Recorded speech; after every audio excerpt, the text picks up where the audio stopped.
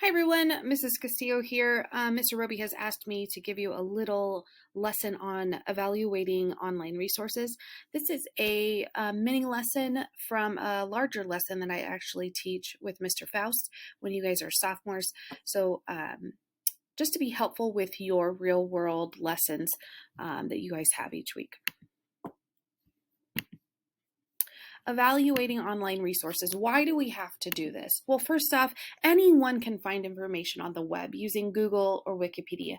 It's so easy. You guys could open your cell phone, you go to Safari, Chrome, you can search any time of day. It's right there. You have the internet in your pocket. Anyone, literally anyone, can publish information on the web. You guys could do it with Google Sites. You can do it with a website host. It's super easy to publish information online. And you just have to realize that not all information that you find could be reliable or equally useful. To be a good researcher, you really need to be able to evaluate sources that you find online. Whether that's books, articles, websites. And I know this says research paper. Again, this is from a bigger lesson, but you just have to realize that anyone can publish online. Can you tell if something is biased? Can you tell if it's truthful? And today I'm going to give you kind of a little method to do that, to help you do that. So I know you're going to laugh, but I use the CRAAP test. This is how I determine if a website is credible or not. So I think Mr. Roby has given you a piece of paper to help you fill this out. So I would recommend after each section, you pause and take notes. So our first one is currency. C stands for currency. Is the information current? What's the timeliness of the information? So look and see, when was this information published? I do this a lot in Google search. I will try and find information maybe in the last month and at last 24 hours. You can search that way. Has the information been revised or updated if it is a little old? And one major thing is check the links on the page. Do they work? Do they lead somewhere? Are they a dead end? If links don't work on a page, usually that means the page has been abandoned, that they no longer keep that information updated. So usually if you look at the bottom of a news source or a page, it'll tell you the last time it was updated. So take a minute pause here. And then I would definitely write these 3 questions down to help you. Next, we have relevance, the importance of the information for your needs. So again, who is the article intended for? Who are they writing this for? Does the information relate to your subject that you're researching? Is the information at appropriate reading level? You don't want to find something that is at an elementary level, but again, on the flip side, you don't want to be reading something that's maybe written for a medical doctor. I know as much Grey's as we have probably watched, we wouldn't know what all of those terms, medical terms mean. So make sure that it's at an appropriate reading level for you and you understand the information.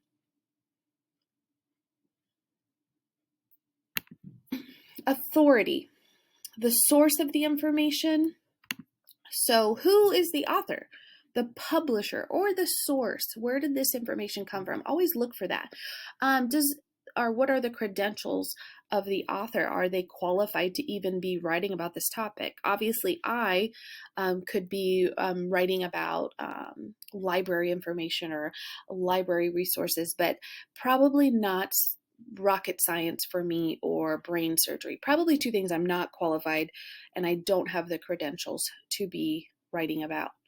And what does the URL mean? This is kind of important. And when you look at a website's address, you can learn a lot. When looking at a web address, you can always look at the last 3 letters of a web address. Kind of gives you a little bit of information. So .org, this is usually from a not-for-profit organization. So they are not trying to profit from people's money. .edu, usually an American school, college, or university. .gov is going to be any website that is controlled by the U.S. federal government. a .com. This is for commercial or for-profit organizations, and literally anyone can get a .com. And now .net, this was used more in the early years of the internet. You don't see it as often, but this is usually used for an internet-related company. So this kind of can always tell you. So .coms, you kind of need to just look at the web address. Can you tell, like, what does it read? You know, when you put, maybe sometimes you're trying to type in a web address and you mix up some letters, you'll get a pop-up. So our next one is accuracy, the reliability and truthfulness of the content that you're looking at. Is the information supported by evidence or credible data? Something you will learn as you're reading through your information. So do they have proof? Do they have evidence? Are they just making it up? Are they speculating? Are they assuming? You don't want articles that are guessing. You want them to say, you know, we have this data from this organization to support their theories or their information. Are there spelling or grammar errors? Professional papers won't have spelling or grammar errors, so big thing to pay attention to. And does the language seem unbiased and free of emotion? That's going to be a big thing. You're going to find, in our day and age, you're going to find a lot of articles that are biased, and they are trying to make you think one specific way. That's where you need to be looking for your evidence, your credible data. Can you tell if the author is angry? Is the author trying to be empathetic? You need to see, are they free of emotion? Are they just giving you the straight facts, or are they trying to sway your opinion one way or the other? So that's something you need to look at too. Finally, the purpose. So the reason the information exists. So what is the purpose of this information? Are they trying to just simply inform you? Are they trying to teach you something? Are they trying to sell you something? That's a big thing.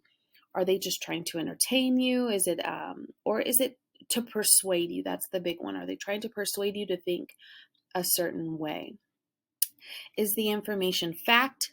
Is it someone's opinion, or is it propaganda? And are there political, cultural, religious, or even personal bias? Bias is going to be the biggest thing in the 21st century with the internet. Anyone can publish online. Are they telling you straight facts, or are they trying to change your opinion? I have given these websites here for Mr. Roby. If you guys would like to take a chance, check these out. Which ones are legit and which ones are fake?